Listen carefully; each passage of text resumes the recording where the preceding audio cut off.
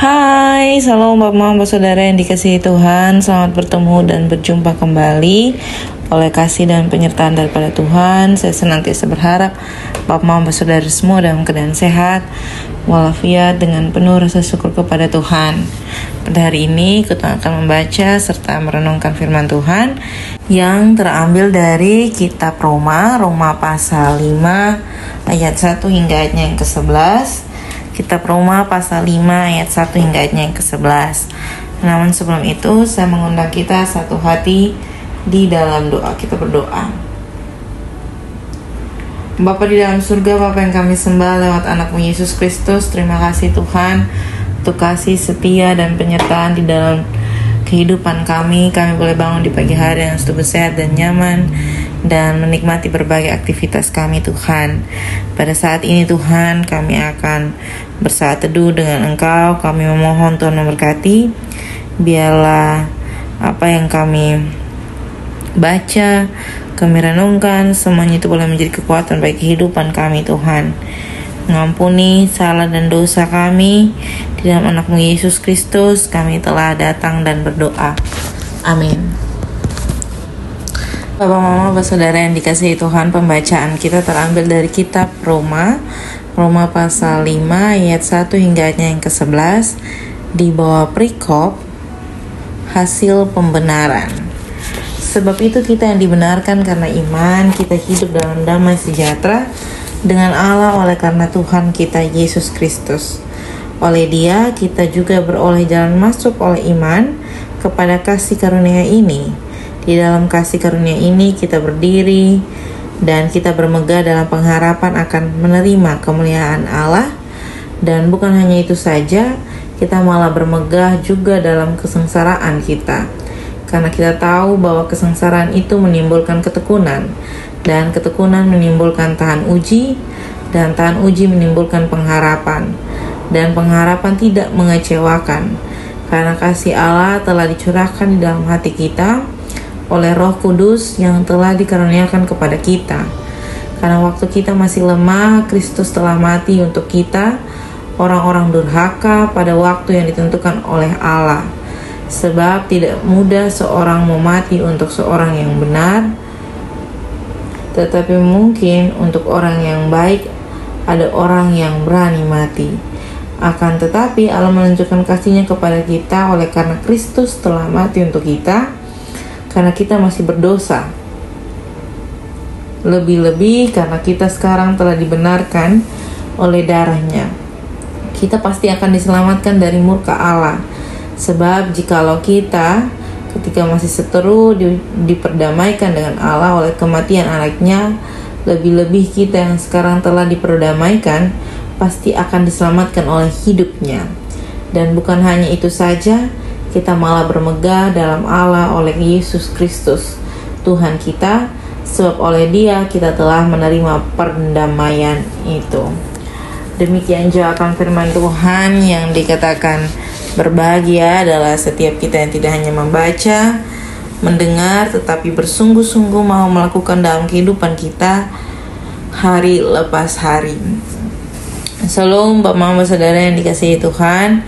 Selamat bertemu dan berjumpa kembali. Hari ini Kotong membaca serta merenungkan firman Tuhan dari kitab Roma tentang hasil pembenaran, dan Kotong dituntun oleh tema Kristus mendamaikan kita dengan Bapa.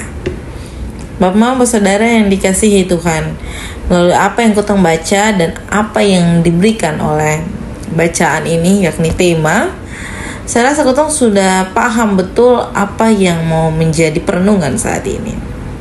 Yang menjadi perenungan saat ini adalah Kristus telah mati dan menebus dosa-dosa kita untuk memperdamaikan diri pribadi kita dengan Sang Bapa. Apa yang dikorbankan oleh Yesus Kristus Tuhan kita, yakni dirinya sendiri untuk memperdamaikan kehidupan kita, dan kita boleh memperoleh hidup yang penuh dengan damai sejahtera, iman yang luar biasa. Kotong hidup di dalam segala sesuatu yang kotong imani di dalam Yesus Kristus, dan iman itu bertumbuh di dalam kita dan kita terus diselamatkan setiap harinya.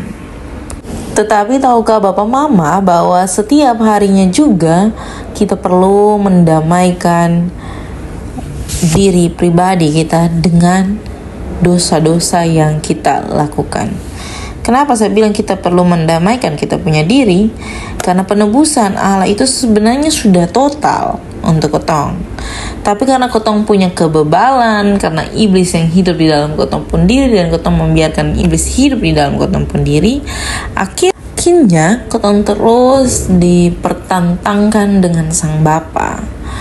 Perlu diketahui juga bahwa Yesus Kristus tidak membutuhkan kita secara langsung, karena pendamaian itu terus terjadi bagi ketong kehidupan. Karena sejak awal ketong adalah manusia-manusia yang berdosa, tetapi karena pendamaian itu dan atas pengorbanan Yesus Kristus itu, ketong didamaikan dengan Sang Bapa. Bapak Mama Saudara yang dikasihi Tuhan, pendamaian telah terjadi, tetapi bagaimanakah ketong betul-betul sudah mengimani pendamaian itu di dalam diri pribadi lepas pribadi kita? Apakah ketong betul-betul sudah berdamai dengan ketong pun diri? Apakah ketong sudah betul-betul berdamai dengan Yesus Kristus, Sang Bapa, Sang Anak, Sang Putra, dan Sang Roh Kudus?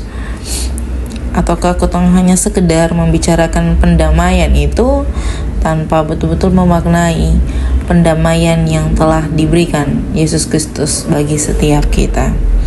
Selamat menjadi berkat dimanapun Bapak Mama Saudara semua berada. Tuhan senantiasa memberkati dan menolong kita semua. Amin untuk firman Tuhan. Untuk menutup perenungan pada saat ini, saya mengundang kita satu hati di dalam doa menurut doa yang diajarkan Tuhan kita kepada kita. Kita berdoa. Bapa kami yang di surga, dikuduskanlah namamu, datanglah kerajaanmu, jadilah kehendakmu di bumi seperti di surga.